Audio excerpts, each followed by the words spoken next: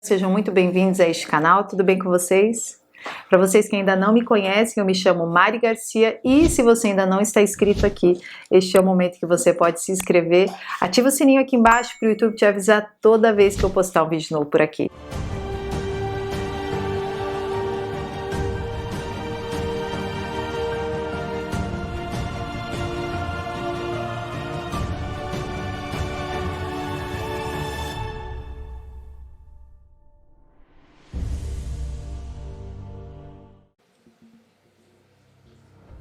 No mundo todo havia apenas uma língua, um só modo de falar.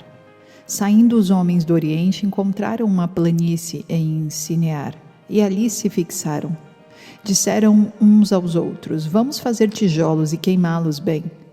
Usavam tijolos em lugar de pedras e piche em vez de argamassa. Depois disseram: vamos construir uma cidade com uma torre que alcance os céus.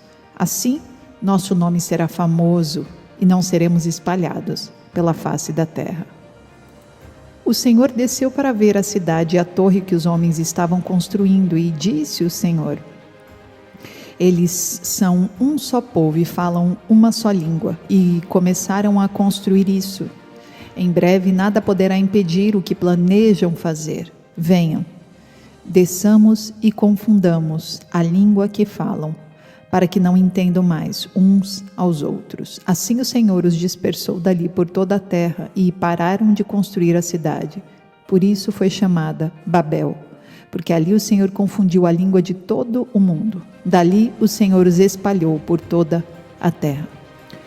O livro de Gênesis nos conta a história de um homem chamado Nimrod. Ele cresceu e se tornou um poderoso guerreiro na terra. Ele era caçador diante do Senhor. As únicas outras referências encontradas sobre Nimrod na Bíblia são Miqueias 5, versículo 6, onde a Assíria é chamada de terra de Nimrod, e também em 1 Crônicas 1, versículo 10, que diz que Cuxi gerou Nimrod, o primeiro homem poderoso na terra. E em Gênesis capítulo 10, versículo 9, diz que ele era um valente caçador diante do Senhor. Em outras palavras, ele era um rebelde que se levantou contra Deus. Ele era um caçador e deveria ser um caçador de animais selvagens, mas, na verdade, ele buscava colocar homens na sua rede de caça e governá-los. Nimrod era um homem que conhecia Deus, mas escolheu livremente rejeitar a autoridade do Senhor. Ele foi um dos fundadores e construtores da Babilônia e da Assíria. Quando ele governou o seu reino, as nações foram se espalhando pela terra após o dilúvio.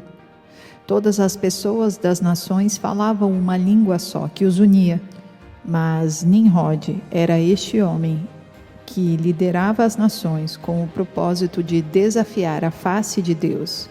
Então ele teve uma espécie de cúpula com os líderes de outras nações para organizar um reino unido que iria resistir a Deus, usurpando o seu governo soberano sobre o mundo e tudo que lá havia.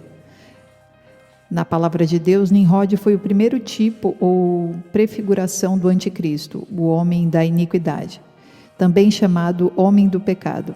Nesta cúpula de líderes feita pelo próprio Nimrod, eles decidiram construir uma cidade com uma torre que alcançaria os céus. No livro de Gênesis, o que vemos acontecer na época de Nimrod, vemos acontecer novamente hoje como uma forma de globalização na agenda de muitas nações. Então é um padrão bem semelhante ao que aconteceu lá na época de Nimrod, está acontecendo hoje no mundo e acontecerá um pouco antes da volta de Cristo.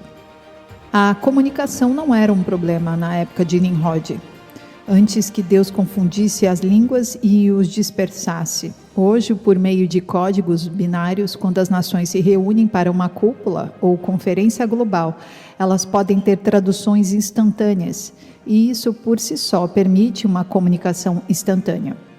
Então, nos tempos de Nimrod, onde quer que as pessoas se instalassem na face da terra, todos eles tinham a mesma língua e tinham o mesmo governo de Nimrod, compartilhavam o seu objetivo final.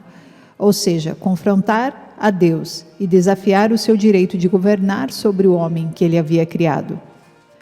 Vemos esse tipo de tecnologia dando saltos e limites por meio de experimentos com inteligência artificial e interface com o DNA humano. Eles estão experimentando inserir microchips no cérebro das pessoas para fornecer a elas esta comunicação instantânea com inteligência artificial por meio do mundo cibernético.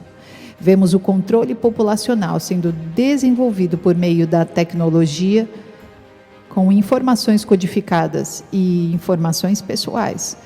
Vemos uma interface entre humanos e robôs, por meio da robótica interagindo com humanos.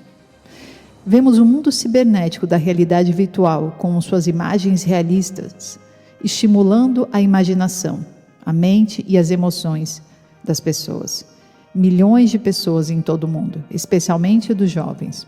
Os jogos de computador agora são altamente sofisticados, a ponto de não ser possível distinguir entre humanos reais e imagens produzidas eletronicamente. Toda uma geração de jovens está escravizada e viciada nesta forma de tecnologia de controle da mente. Sem dúvida nenhuma, com o tempo, fantasia e realidade tornarão-se confusas. Junto a isso, o contato humano com humanos não é mais necessário para aqueles que estão viciados nesta tecnologia, por causa da interação com pessoas no espaço cibernético.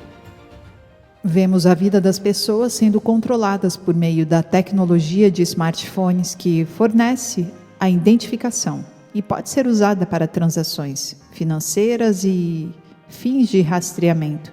Através da internet, o pensamento das pessoas está sendo programado para ter uma perspectiva global e psicológica, emocional e espiritual, condicionado a aceitar tudo o que vem e ouvem através da mídia.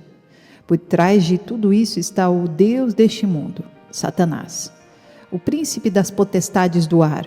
2 Coríntios 4, versículo 4, Deus desta era cegou o entendimento dos descrentes, para que não vejam a luz do evangelho da glória de Cristo, que é a imagem de Deus. Efésios 2, versículo 1 em diante, vocês estavam mortos em suas transgressões e pecados, nos quais costumavam viver, quando seguiam a presente ordem deste mundo e o príncipe do poder do ar, o espírito que agora está atuando nos que vivem na desobediência. Jó 1, versículo 7, o Senhor disse a Satanás, de onde você veio? Satanás respondeu ao Senhor, de perambular pela terra e andar por ela. Então vemos que as pessoas da época de Nimrod eram capazes de se comunicar com uma linguagem comum. Mais uma vez, isso hoje é possível por meio de códigos binários e tecnologia avançada. Todos os reis da Babilônia, assim como Nimrod, são uma tipologia do homem do pecado, o anticristo. Eles têm traços semelhantes que marcaram reis da Babilônia historicamente. O principal, é claro, foi o rei Nabucodonosor, que tinha uma estrutura de ouro feita à sua própria imagem e semelhança, e exigia que as pessoas de todo o seu império se curvassem e o adorassem. O anticristo também terá a sua própria imagem e deverá ser adorada por todos em seu reino, em proporções globais. Profeticamente, a Babilônia é descrita como a cidade do deserto à beira do mar e a fonte de todas as religiões falsas, porque ela é chamada de a mãe das prostitutas e a cidade que deu origem a todas as religiões falsas. Esta cidade no deserto perto do Mar Vermelho seria hoje a cidade de Meca. O Islã é o filho da Babilônia, a mulher embriagada com o sangue dos santos, com o sangue daqueles que dão testemunho de Jesus. Então, a Babilônia na Bíblia tem uma aplicação mais ampla e metafórica. Está relacionada aos estilos de vida, os prazeres, as buscas, as religiões misteriosas, a sensualidade, todas essas características da antiga Babilônia, que são vistos hoje em todas as nações do mundo. O espírito da Babilônia está chegando por meio da internet e da mídia, diretamente às nossas salas de estar. O espírito da Babilônia foi para todos os níveis da sociedade. Por isso, pela perspectiva de Deus, O coração das pessoas hoje está se tornando cada vez mais rebelde e maligno, assim como eram nos dias de Noé, antes do dilúvio. Desde a queda de Satanás, o homem sempre buscou ser o Deus de suas próprias vidas. Este mesmo traço de rebeldia é visto naqueles que não conhecem a Deus hoje, mortos em suas transgressões e pecados. Andam conformados com os caminhos deste mundo e são reflexo do seu Senhor, o governante do poder do ar, o Espírito que agora está trabalhando em todos os filhos da desobediência.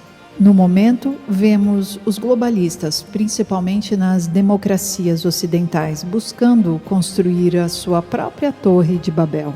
Mas, não muito distante, os muçulmanos também estão invadindo por meio de imigração e entrando em altos cargos do governo. Neste último império do anticristo, da besta, aqueles que se recusarem a adorar e se submeter a ele, serão decapitados, assim como diz lá em Apocalipse 13. E hoje nós temos essa característica de decapitação como principal forma de execução do Islã, como o povo da época de Nimrod. Nada em toda a criação escapa aos olhos do Senhor, pois nos é dito em sua palavra: porque os olhos do Senhor vagueiam por toda a terra para mostrar-se forte em nome daqueles cujos corações estão totalmente devotados a Ele. 2 Crônicas 16, versículo 9. Se os nossos corações estiverem totalmente voltados ao Senhor, os seus olhos estarão sobre nós. Também diz a palavra de Deus que o homem olha para a aparência externa, mas Deus olha para o coração. 1 Samuel 16, 7. Agora Deus fará o que fez na Torre de Babel. Intervirá antes que as coisas realmente saiam do controle. No momento, o homem caído está fazendo avanços na tecnologia. E vamos ver um sistema de controle governamental em escala global por meio dessa tecnologia. No entanto, chegará um tempo em que, por causa dos crentes eleitos do Senhor, o Senhor encurtará aqueles dias e destruirá os planos e o mal, todas as maquinações malignas deste mundo decaído em rebelião contra o seu legítimo Criador. No tempo de Nimrod, Deus confundiu as línguas e os fez se dispersar, deixando a sua cidade e a Torre de Babel inacabadas. Dessa vez, Deus vai aniquilar os exércitos daquelas nações organizadas contra ele e o seu povo na terra. Ele destruirá o império do homem do pecado. A Babilônia será destruída, e todo aquele que estiver em pecado também será destruído, junto com o seu governante, o anticristo. 2 Tessalonicenses 2, versículo 8, então será revelado o perverso a quem o Senhor Jesus matará com o sopro de sua boca e destruirá pela manifestação da sua vinda. Como crentes do Senhor, precisamos estar atentos. O mundo está construindo a sua própria Torre de Babel, assim como nos dias de Nimrod. No final, Deus quebrará tudo em pedaços, enviará o seu Filho Jesus de volta para consertar tudo e fazer novo céu e nova terra. Apocalipse 11, versículo 15. O sétimo anjo tocou sua trombeta e houve altas vozes no céu e disseram: o reino do mundo tornou-se o reino de nosso Senhor e de seu ungido Messias, e ele reinará para todo o sempre. Deus abençoe, queridos, e até o próximo vídeo.